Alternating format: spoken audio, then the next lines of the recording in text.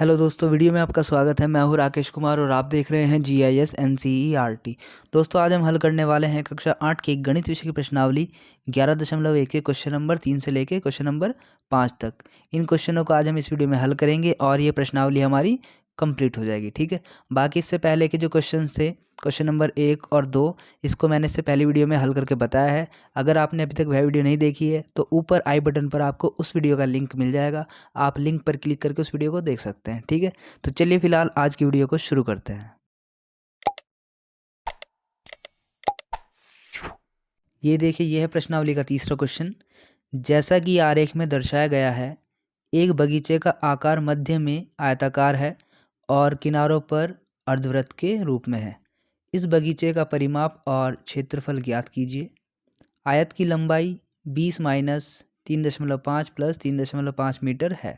ये हमें हिंट दे दी यहाँ पे। क्वेश्चन में कहा गया है यहाँ पर जो आकृति है ये एक बगीचे की आकृति है। इस बगीचे के जो सिरे हैं वो अर्धवृत्ताकार है, आप देख सकते हैं। ठीक। और बीच में आप देखोगे एक आयताकार हिस्सा भी है इसमें। ठीक है। तो हमें क्या करना है, पूरे बगीचे का परिमाप भी ज्ञात करना है और क्षेत्रफल भी ज्ञात करना है। कुछ चीज़ें इसमें दी हुई है, आप यहाँ पे देख सकते हैं। इसको आप मान सकते हैं इस अर्धवृत्त का व्यास या फिर इस आयत की चौड़ाई। और ये जो 20 मीटर है ये पूरा इस बगीचे की लंबाई दे दी है, पूरे बगीचे की। ठीक है। तो चलिए इसका आंसर देखते हैं। ये देखिए, तीसरे क्वेश्चन का आंसर है। ये हमें एक बगीचा दिया गया है, उसकी आकृति है ये बगीचा बना है एक आयत से और इस आयत पर दोनों ओर 2 अर्धवृत्त हैं। ठीक है। अर्धवृत्त का व्यास दिया है 7 मीटर। इस पूरे बगीचे की लंबाई दी गई है 20 मीटर। हमें कहा है इस पूरे बगीचे का परिमाप ज्ञात करो और साथ ही इस बगीचे का क्षेत्रफल भी ज्ञात करना है। ठीक है। तो समझिए इसको। जो जो चीज़ें दी हुई है उसको लिख लेंगे। सबसे पहले हम लिखेंगे अर्धवृत्त का व्यास। हमें अर्धवृत्त का व्यास दिया गया है, इसको स्मॉल d बोल रहा हूँ मैं। ये है 7 मीटर। ठीक है। इसलिए जो इसकी त्रिज्या हो जाएगी उसको मैं बोल रहा हूँ r, जो कि हो जाएगी 7/2। यानी कि अगर हमें व्यास से त्रिज्या निकालनी है तो हम क्या करेंगे, 2 से उसको भाग कर देंगे। ठीक है। तो भाग करने पे आ जाएगा 3.5 मीटर। तो ये निकल गई इसकी त्रिज्या। अब देखिए, क्वेश्चन के अंदर हमें बगीचे की लंबाई दी गई है, तो इसकी मदद से हम आयत की लंबाई भी निकाल लेंगे। जो इसके अंदर ये आयत बना हुआ है इसकी लंबाई भी हम निकाल लेंगे। इसके लिए क्वेश्चन में हमें हिंट दी गई है। ठीक है। तो इस तरीके से निकालेंगे। देखो, आयत की लंबाई स्मॉल l बराबर 20 माइनस 3.5 प्लस 3.5। हमें क्या करना है, अगर हमें यहाँ तक की लंबाई निकालनी है इस आयत की, तो इस पूरे में से थोड़ा इतना जो हिस्सा है ये इसको माइनस करना पड़ेगा और इस हिस्से को माइनस करना पड़ेगा। ठीक है। और ये कितना है, इसकी लंबाई कितनी है, 3.5 मीटर। ये हमें कैसे पता चला, ये हमने अभी निकाला है। ठीक है। त्रिज्या। तो देखो, अगर ये अर्धवृत्त है, ये पूरा इसका व्यास है, तो व्यास का आधा भी हमने निकाला त्रिज्या। तो देखो ये त्रिज्या हो गई। ठीक है। ये इतनी क्या हो गई, त्रिज्या। अगर मैं इसको पूरा करूँगा तो एक वृत्त बन जाएगा ना। ठीक है। तो ये वृत्त की क्या है, त्रिज्या है। तो इधर भी 3.5 मीटर है और इधर भी 3.5 मीटर है। तो 3.5 मीटर इधर से और 3.5 मीटर इधर से, इन दोनों को ऐड करके किस में से माइनस कर दिया, इस पूरे 20 मीटर में से माइनस कर दिया। तो जो बीच का है यहाँ से लेके यहाँ तक की दूरी हमारे पास आ जाएगी, क्योंकि 3.5 मीटर इधर से हमने माइनस कर दिया, 3.5 मीटर हमने इधर से माइनस कर दिया। तो 20 में से जब हम माइनस कर देंगे दोनों ओर से 3.5 मीटर, या आप ऐसे कर सकते हो 3.5 मीटर प्लस 3.5 मीटर दोनों को ही ऐड करके इकट्ठा ही माइनस कर दो, या अलग अलग माइनस कर लो, बात वही है। ठीक है। तो मैंने यहाँ पे इकट्ठा ही माइनस करके दिखाया है, दोनों को ऐड करके। तो 20 ही ऐसे ही रह जाएगा। इन दोनों को ऐड करेंगे तो 7 आ जाएगा। 20 में से 7 घटा देंगे तो 13 मीटर आ जाएगा। ठीक है। तो यानी कि इस आयत की जो लंबाई है वो कितनी निकल गई अब, 13 मीटर। और ये जो 20 मीटर दिया हुआ था ये पूरी जो बगीचा है ये इसकी लंबाई थी। ठीक है। अब बात करते हैं आयत की चौड़ाई के बारे में। ठीक। आयत की चौड़ाई, इसको b बोल दिया, स्मॉल b। चौड़ाई क्या होगी, ये चीज़। ठीक है, ये चौड़ाई है, या इधर आप देख लो ये भी चौड़ाई है। ठीक, तो ये कितनी है आप देख सकते हैं यहाँ से 7 मीटर, यानी कि जो इस अर्धवृत्त का व्यास था वही आयत की चौड़ाई भी है। ठीक है, तो लिख दो 7 मीटर। इसलिए बगीचे का परिमाप, अब हम बगीचे का परिमाप निकालेंगे। बगीचे का परिमाप बराबर, इसके लिए हम क्या करेंगे, दोनों अर्धवृत्तों की परिधि। तो इसमें हमें क्या करना है, जो ये दोनों अर्धवृत्त है इनकी परिधि, यानी कि ये चीज़ इतनी लंबाई इधर से ये, ठीक है, वो लिखा मैंने, प्लस ये जो आयत की लंबाई है इधर से और इधर से, इनको ऐड करना है, 13 + 13। ठीक है, तो इस प्रकार से इस बगीचे का परिमाप निकल जाएगा। परिमाप के लिए हमें क्या चाहिए, देखो यहाँ से लेके यहाँ तक ये पूरी लंबाई हमें चाहिए। ठीक, तो इसके लिए हम क्या करेंगे, ये तो हमने अलग निकाल ली, दो अर्धवृत्तों का परिमाप। ठीक, प्लस इसमें क्या जोड़ना है हमें, ये चीज़ और ये चीज़, 13 इधर से 13 इधर से, और ये अलग से हमने निकाल ही लिया यहाँ पे देखो। ठीक है, दोनों अर्धवृत्तों की परिधि, तो दोनों अर्धवृत्तों की परिधि निकालेंगे, तो 2 अर्धवृत्त है तो 2 से गुणा दिखाना है। ठीक है, अर्धवृत्त की परिधि का फॉर्मूला क्या होता है, ½ पाई d। ठीक है, क्योंकि यहाँ पे हमें 2 अर्धवृत्त की परिधि निकालनी है तो मैंने 2 से गुणा करके लिख दिया ½ पाई d।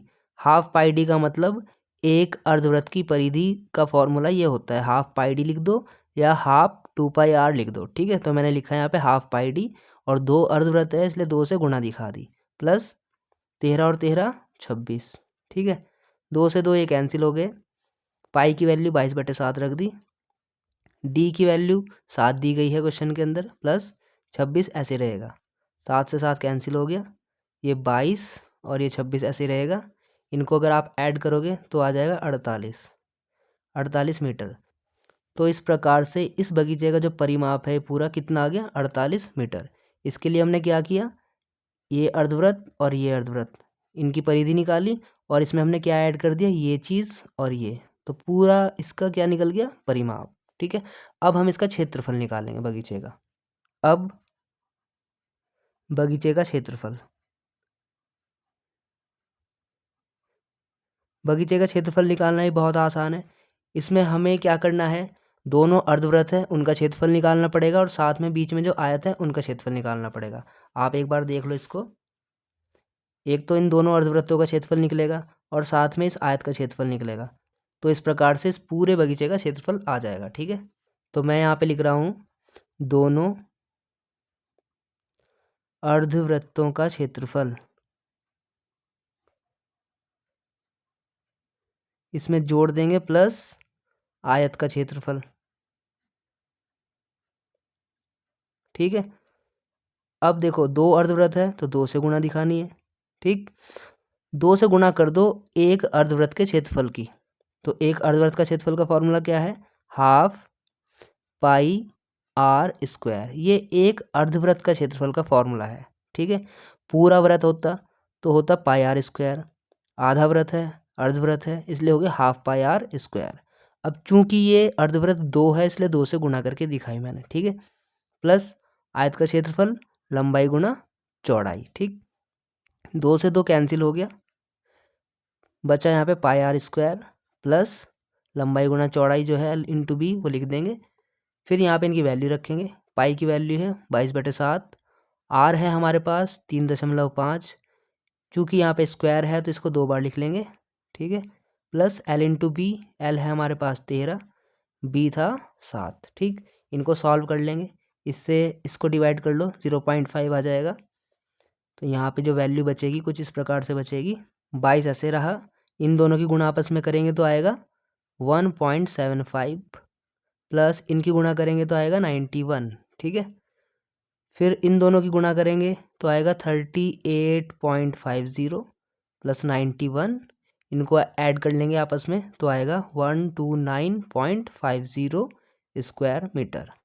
तो ये हो गया इसका आंसर। ठीक है, तो हमने इस बगीचे का परिमाप भी निकाल दिया और उसका क्षेत्रफल भी निकाल दिया है। ठीक है, तो बहुत इजी क्वेश्चन है। अब देखते हैं इसका चौथा क्वेश्चन। अब देखिए यह है प्रश्नावली का क्वेश्चन नंबर 4। फर्श बनाने के लिए उपयोग की जाने वाली एक टाइल का आकार समांतर चतुर्भुज का है जिसका आधार 24 सेंटीमीटर और संगत ऊंचाई 10 सेंटीमीटर है। 1080 वर्ग मीटर क्षेत्रफल के एक फर्श को ढकने के लिए ऐसी कितनी टाइलों की आवश्यकता है? फर्श के कोनों को भरने के लिए आवश्यकता अनुसार आप टाइलों को किसी भी रूप में तोड़ सकते हैं। तो यहाँ पर क्वेश्चन ये है कि जो एक फर्श है उसका एरिया है इतना और उसमें जो टाइल लगने वाली है एक टाइल सिर्फ वो समांतर चतुर्भुज के आकार की है और उस टाइल की ऊंचाई है 10 सेंटीमीटर और आधार है 24 सेंटीमीटर।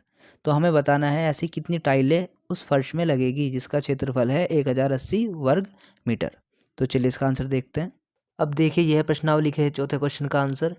इस क्वेश्चन के अंदर हमें एक फर्श दिया गया है और उस फर्श का क्षेत्रफल दिया गया है, ठीक है, और साथ ही एक टाइल दी गई है और उस टाइल में हमें आधार दिया है, ऊंचाई दी है, ठीक। क्वेश्चन में कहा है कि हमें बताना है ऐसी कितनी टाइलें उस फर्श पर लगाई जा सकती है, उन टाइलों की संख्या हमें ज्ञात करनी है, ठीक है। तो जो जो चीज़ें दी गई है पहले उनको लिख लेंगे। सबसे पहले लिखेंगे फर्श का क्षेत्रफल। फर्श का क्षेत्रफल, इस क्षेत्रफल को मैं मान लेता हूँ A1। ये दिया गया है 1080 स्क्वायर मीटर। तो इतने एरिया का एक फर्श है, ठीक है। फिर दिया गया है टाइल का आधार। टाइल का आधार, आधार को हम B बोलते हैं तो स्मॉल b लिख दिया मैंने। 24 सेंटीमीटर दिया हुआ है और टाइल की ऊंचाई, टाइल की ऊंचाई भी हमने लिख ली, इसको h बोल देंगे। यह है 10 सेंटीमीटर, ठीक है। अब आप यहाँ पे एक चीज़ देखिए, ये जो फर्श का क्षेत्रफल है वो है स्क्वायर मीटर में, लेकिन जो टाइल का आधार है या उसकी ऊंचाई है ये किस चीज़ में आ रहे हैं? सेंटीमीटर में। तो हमारे लिए अच्छा रहेगा कि हम इनको मीटर में कन्वर्ट कर लें, ठीक, तो ज़्यादा आसान रहेगा। तो टाइल का जो आधार है 24 सेंटीमीटर, अगर आपको इसको मीटर में कन्वर्ट करना है तो इसको 100 से भाग करना पड़ेगा, ठीक है। तो 100 से भाग करने पर ये हो जाएगा 0.24 मीटर, ठीक, ये मीटर में कन्वर्ट हो गया। अब ऐसे ही इसको जो ऊंचाई है इसको भी हम मीटर में कन्वर्ट करेंगे, इसको भी हम 100 से भाग करेंगे। 100 से जब हम इसमें भाग करेंगे तो ये हो जाएगा 0.10 मीटर, ठीक है। तो बहुत इजी है ये, 100 से भाग करो तो ये मीटर में कन्वर्ट हो जाएगा। अगर आपको सेंटीमीटर से मीटर में कन्वर्ट करना है तो 100 से भाग कर दो। तो ये हमने दोनों में काम कर दिया और इनको अब हमने मीटर में कन्वर्ट कर लिया। अब कैलकुलेशन करना ईजी हो जाएगा, ठीक है। अब हम लिखेंगे प्रत्येक टाइल का क्षेत्रफल, इसको मान लेते A2। चूंकि ये टाइल जो है ये एक समांतर चतुर्भुज के जैसी है जिसमें कि आधार और ऊंचाई दी गई है। तो समांतर चतुर्भुज का क्षेत्रफल होता है B इंटू H, आधार गुणा ऊंचाई। तो B अभी हमने निकाला 0.24 मीटर लिखना है आपको। ये तो सेंटीमीटर में हो गया, लेकिन हमें किस में लिखना है? मीटर में। तो मीटर में लिखा जाएगा 0.24 गुणा H को भी जो मीटर में हमने कन्वर्ट किया उसको लिखेंगे 0.10, ठीक है। अब इनकी मल्टीप्लाई कर लेंगे। मल्टीप्लाई करने पे आएगा 0.0240 स्क्वायर मीटर। ये एक टाइल का एरिया निकल गया है, ठीक है। अब हम लिखेंगे अतः आवश्यक टाइलों की संख्या, कि जितनी टाइल हमें चाहिए उस फर्श में लगाने के लिए उन टाइलों की संख्या बराबर कैसे निकालेंगे? A1 को डिवाइड कर देंगे A2 से। A1 मतलब जो फर्श का क्षेत्रफल था 1080, इसको डिवाइड कर देंगे 0.0240 से, यानी कि एक टाइल के क्षेत्रफल से, ठीक है। तो डिवाइड कर लेंगे। अब हम इसको डिवाइड करना बहुत ईजी है।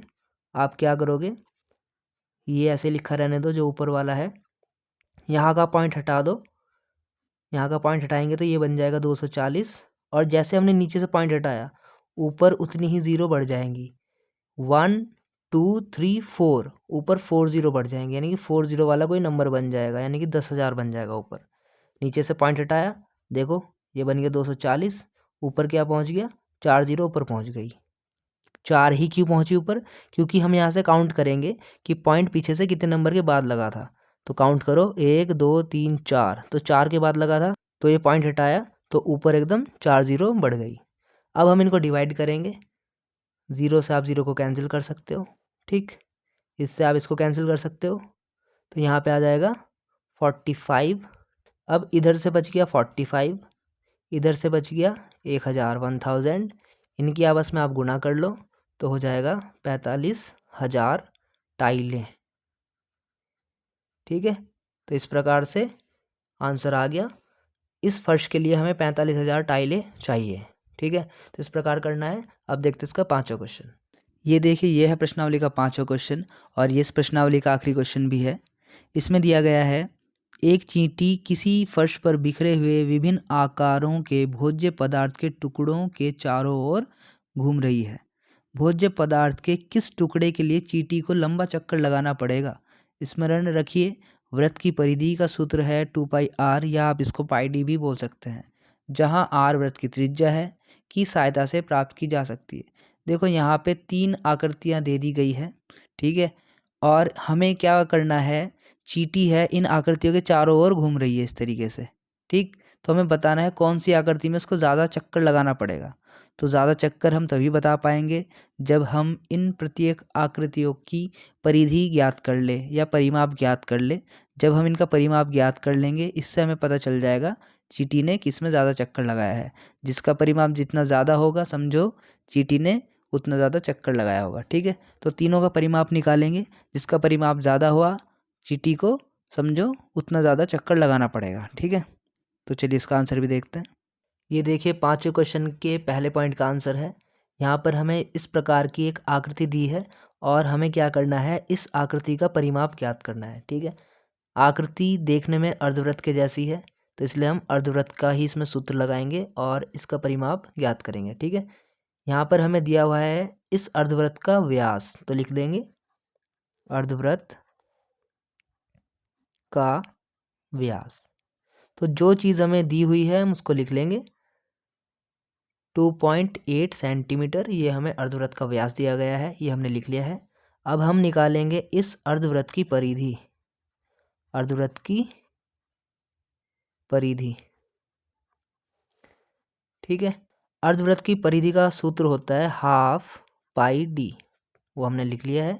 अब यहाँ पे वैल्यू पुट करेंगे, पाई की वैल्यू है 22/7, डी है 2.8 सेंटीमीटर। अब आप इनको डिवाइड कर लो, यहाँ पे आएगा 11, डिवाइड करेंगे तो इससे इसको डिवाइड करेंगे तो आएगा 4, 0.4। अब जो वैल्यूज़ बची है वो लिख लेंगे नीचे, यहाँ से 11 बच गया और यहाँ से 0.4, इनकी मल्टीप्लाई करेंगे तो 4.4 सेंटीमीटर आएगा। यानी कि जो परिधि है यहाँ से लेके यहाँ तक की लंबाई कितनी आ गई है, 4.4 सेंटीमीटर। अभी हमें ये भी लंबाई चाहिए, ये भी इसमें ऐड होगी, इतनी तो हमने निकाल ली, इसमें ये भी ऐड कर दो तो पूरा परिमाप निकल जाएगा, ठीक है। तो हम लिखेंगे इसलिए आकृति का परिमाप बराबर 4.4 प्लस क्या ऐड करना है इसमें, ये 2.8 इक्वल्स टू 7.2 सेंटीमीटर, ठीक है। तो ये आ गया इस आकृति का परिमाप। अब देखते हैं इसका बी पॉइंट। अब देखिए ये है बी पॉइंट, बी पॉइंट की आकृति दी गई है यहाँ पर, इसका भी हमें परिमाप ज्ञात करना है। तो यहाँ पर भी आप देख सकते हैं एक अर्धवृत्त की आकृति आपको दिखाई दे रही होगी। तो ये चीज़ हमें ज्ञात करनी है, इस चीज़ की लंबाई, तो ये अर्धवृत्त है तो इसका परिमाप वाला सूत्र लग जाएगा, परिधि वाला, उसको लगा करके इस लंबाई को हम ज्ञात कर लेंगे, ठीक है। और फिर हम क्या करेंगे, इस लंबाई को और इसको इनको ऐड कर लेंगे तो इसका आकृति का पूरे का परिमाप आ जाएगा, ठीक है। तो लिखते हैं यहाँ पे अर्धवृत्त का व्यास स्मॉल d बराबर 2.8 सेंटीमीटर। ये देखो अगर ये अर्धवृत्त है तो यहाँ से यहाँ तक ये पूरा इसका व्यास हो गया, जो कि 2.8 सेंटीमीटर दिया हुआ है, वो हमने लिख लिया है, ठीक है। फिर लिखेंगे अर्धवृत्त की परिधि, अर्धवृत्त की परिधि फॉर्मूला वही है 12πd, हाफ पाई की वैल्यू 22/7 और d है 2.8, डिवाइड हो जाएंगे, 11 आ गया, यहाँ पे 0.4 आ गया। इन दोनों की आपस में मल्टीप्लाई कर लेंगे तो आएगा 4.4 सेंटीमीटर। ये हमने अभी ऊपर भी करके देखा था, ठीक है। इसलिए आकृति का परिमाप बराबर, एक तो जो ये चीज़ आई है अर्धवृत्त की परिधि, इसको लिख लेंगे, प्लस इसमें क्या चीज़ ऐड होगी 1.5, ये ऐड होगा इसमें, और 1.5 इधर भी है, जितनी लंबाई ये है उतनी ये भी है, एक और 1.5 ऐड हो गया, प्लस एक ऐड होगा 2.8। ठीक है, इन सब को जब आप ऐड कर दोगे तो आएगा 10.2 सेंटीमीटर। तो ये हो गया इस बी पॉइंट की आकृति का परिमाप। अब देखते हैं इसका सी पॉइंट। अब देखिए ये है सी पॉइंट, इसमें आप आकृति को देख सकते हैं, इसका परिमाप ज्ञात करना है। तो इसमें भी हमें कुछ नहीं करना, देखो ये दोनों लंबाई तो दी हुई है हमें, बस हमें क्या निकालना है, ये चीज़। और ये आप मान के चलो ये है एक अर्धवृत्त, और इसका व्यास हमें दिया हुआ है, देखो ये 2.8। ठीक है, तो इसकी हम परिधि निकाल लेंगे इतनी, बस उस परिधि में इन दोनों को ऐड कर लेंगे, आंसर आ जाएगा। ठीक है, तो देखिए सबसे पहले लिखेंगे अर्धवृत्त का व्यास d, ठीक है, जो कि है 2.8 सेंटीमीटर। अब अर्धवृत्त की परिधि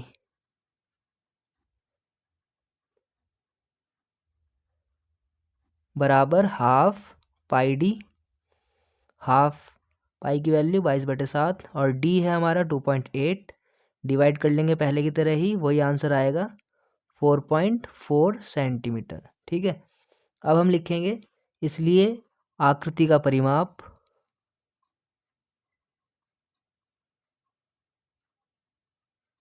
बराबर 4.4 प्लस, देखो आकृति का परिमाप ज्ञात करना है, यहाँ से यहाँ तक की तो लंबाई आ गई 4.4 सेंटीमीटर, इसमें ऐड कर दोगे आप अब क्या, ये चीज़ और ये चीज़, पूरी आकृति का परिमाप निकल जाएगा। ठीक है, तो 2 + 2 हमने ऐड कर दिया, तो आ जाएगा 8.4 सेंटीमीटर।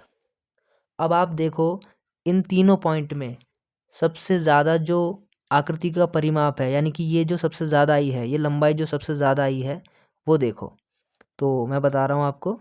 अतः आकृति बी, जो आकृति बी है उसमें भोज्य पदार्थ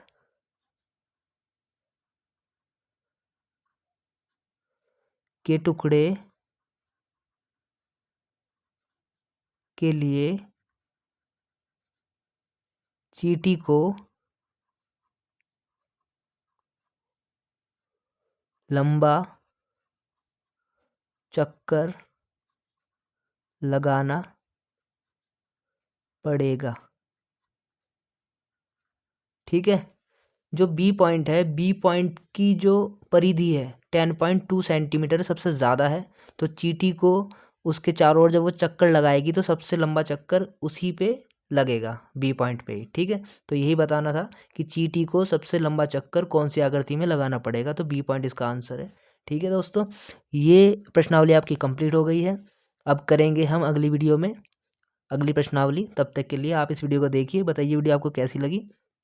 अगर वीडियो अच्छी लगे तो वीडियो को लाइक कर देना, अपने दोस्तों में शेयर करना, कमेंट करके बताना वीडियो आपको कैसी लग रही है।